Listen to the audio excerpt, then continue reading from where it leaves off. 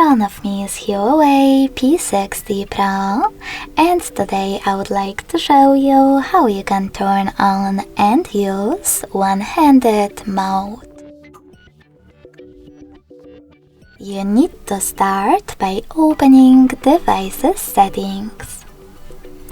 In them, scroll all the way down to access Accessibility Features.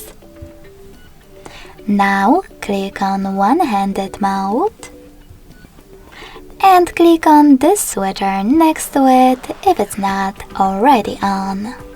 Following that, follow all of those instructions.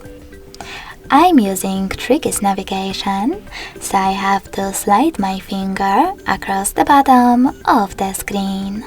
So when I do that and tap on Got It, as you can see, one-handed mode is now on. If you want to go back, click on this blank area. If you want to use it on the other side, just swipe in the opposite direction. Go back the same way. Lastly, to turn off one-handed mode, tap on the same no blue switcher next to it. Thanks so much for watching. If you enjoyed this video, smash that like button, comment, and subscribe.